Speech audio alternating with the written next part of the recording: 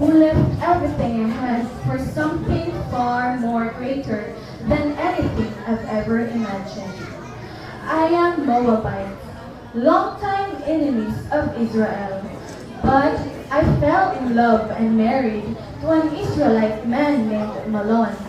My mother-in-law, Naomi, was a godly woman.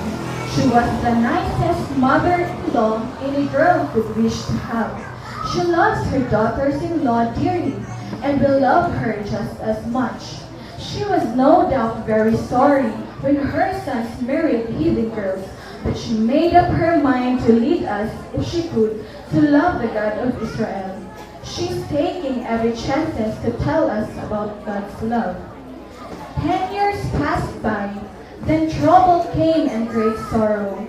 My husband died, and the brother of my husband, Ilion, died one after the other. Sadness in our home has been terrible, with my mother-in-law, me, and Orpha all crying at once over the loss of our loved ones. My mother-in-law decided that she would go back to her old home in Bethlehem. Orpha and me went with her.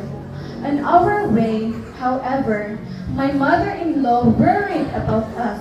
She wondered whether she's doing right in taking us from our own country. She urged us to go back to our own place. And Orpha decided that maybe Naomi was right.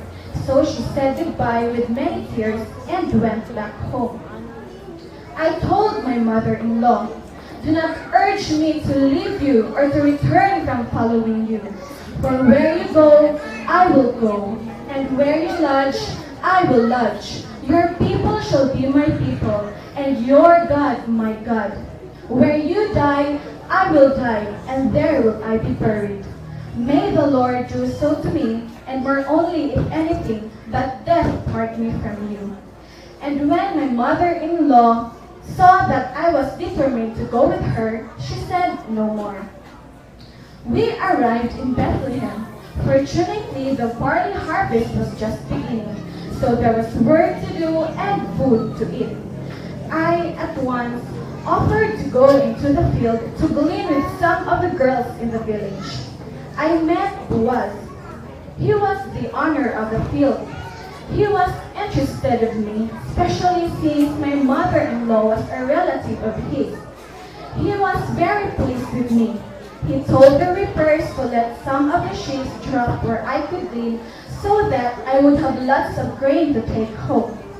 As the days went by, we fell in love to each other and got married. I never dreamed so great an honor with mine. Away from my native Moab, I listened to my mother-in-law telling wonderful stories about the God of Israel and the God of heaven and earth. How glad I am through all eternity that I gave my heart to Him.